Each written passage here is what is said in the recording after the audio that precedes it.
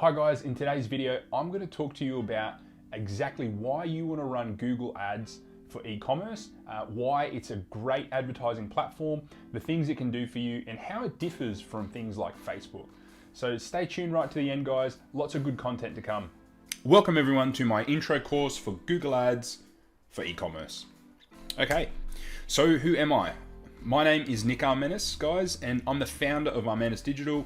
It's an e-commerce agency in Australia and specializes in Google Ads. So obviously Google Ads for e-commerce. So I've profitably scaled multiple Google Ad accounts past 6, 7, and even 8 figures. Some of these my own, a lot of these clients. I live and breathe Google Ads. I've got a YouTube channel specializing in Google Ads for e-commerce.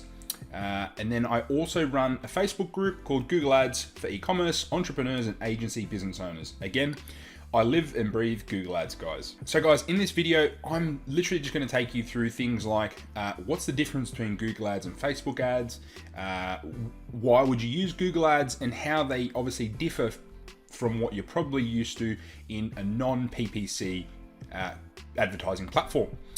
So the first topic I want to take you through, guys, is Google Ads versus Facebook ads. What's the difference? So basically, guys, Google Ads, we're trying to capture here high intent search-based traffic, right? So this is completely different to social media advertising, which is disruption advertising, right? We're trying to stop the scroll using Facebook and Instagram ads. Whereas with Google, we're trying to capture buyers when they're looking for products or typing terms similar to what we're selling. Now, for example, someone typing red Nike Air Jordans is probably quite likely to buy. Now, if you showed a random person red Nike Air Jordans, you don't know if they're ready to buy, right? Even if they're interested in Nike or Michael Jordan or basketball, they're not necessarily looking to buy a pair of shoes yet, right?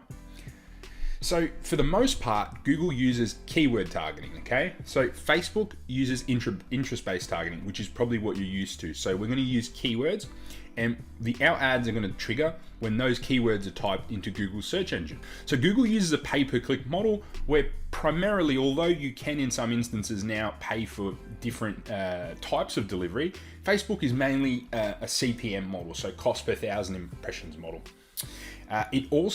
Google also allows you to hit people at different stages of the buying cycle compared to, say, a Facebook ads, right? So Facebook is more top of funnel traffic. Google is, although you can capture top of funnel traffic, it's probably more towards the medium and bottom of funnel traffic, right?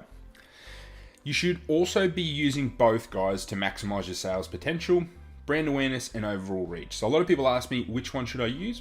I recommend using both, guys. So you're obviously you're more than likely well versed in Facebook ads. You're probably getting some good sales. Google is a perfect way to tack that on. You can definitely rely entirely on Google Ads, but I recommend using both.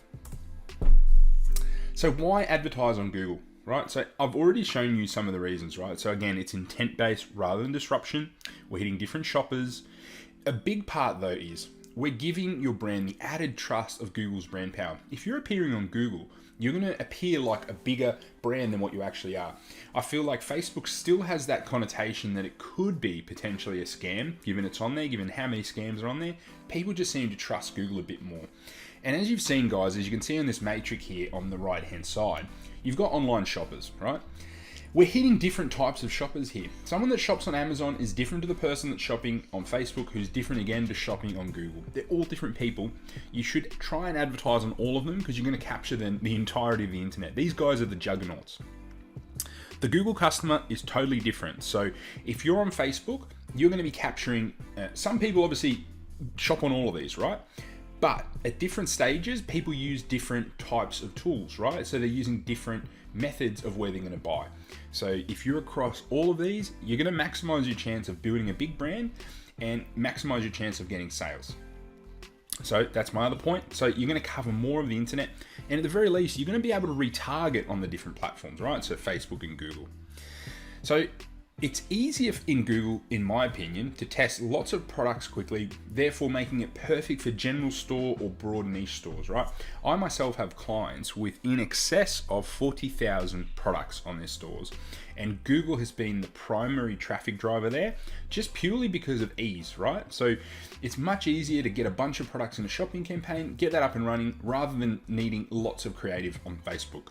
So another beautiful thing is you obviously don't need much creative on Google, right? If you're a logical person versus a creative, which I myself am not very creative, this is why I've always swung towards Google. I also find Google to be much easier for high ticket products, just purely because of the nature of it. If someone is typing something like outdoor furniture, 11-piece set, white, it's much easier to sell to that person rather than getting thousands of clicks on Facebook that are completely irrelevant.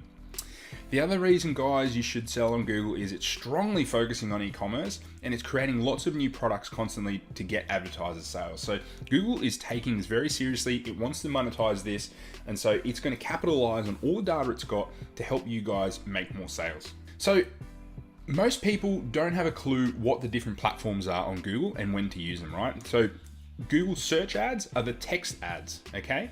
Google shopping ads are beneath the search bar. You will see images pop up, and there's also a shopping tab within Google, and this is their shopping comparison network. You can actually go to Google Shopping, which is an actual site itself, and peruse there as well. The display network, which is banners across over 2 million websites across the internet.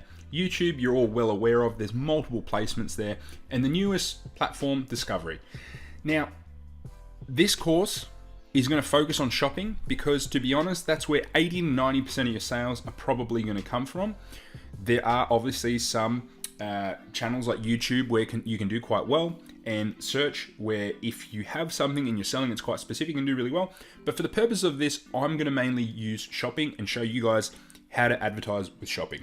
One thing I wanted to cover off before I get into the meat and potatoes of the course is the mindset for success with Google. I'm not a huge mindset teacher, guys, but there are very important differences in how you need to think about advertising on Google. Google traffic is based on people intentionally searching. This is something you need to have in the back of your mind when you're auditing ad accounts, when you're trying to improve your ads on whatever basis you check it.